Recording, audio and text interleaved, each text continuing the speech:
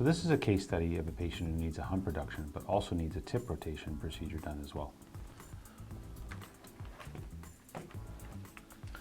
So in the preoperative analysis, I could see that this patient's bridge was a little bit too high, and also the angle that her tip made between her upper lip and the tip of her nose was probably a little too acute. So we call that ptosis. So she had a little bit of ptotic nasal tip.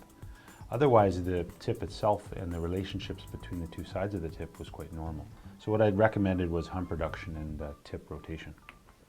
So for the hump reduction, as we mentioned in previous videos, we basically take away some of the cartilage and bone that forms the hump, and then we perform osteotomies on the sides of the sidewalls of the nose to actually narrow the nose again back to its original position. Now in her case, if we had done just the hump reduction, then we would end up with a fairly straight dorsal profile, but in a way it kind of accentuates the droopiness of the tip. So for her, I also wanted to elevate the tip upward, and we had made that decision preoperatively. So this is if we had just done the hump reduction. And now what I want to show is how we rotate the tip in an upward direction. So essentially in her case, what we did was we took the central part of her nasal tip, which is really this columella, and we actually tilted it backwards and we resuspended it onto her nasal septum. So I'll show you how that's done.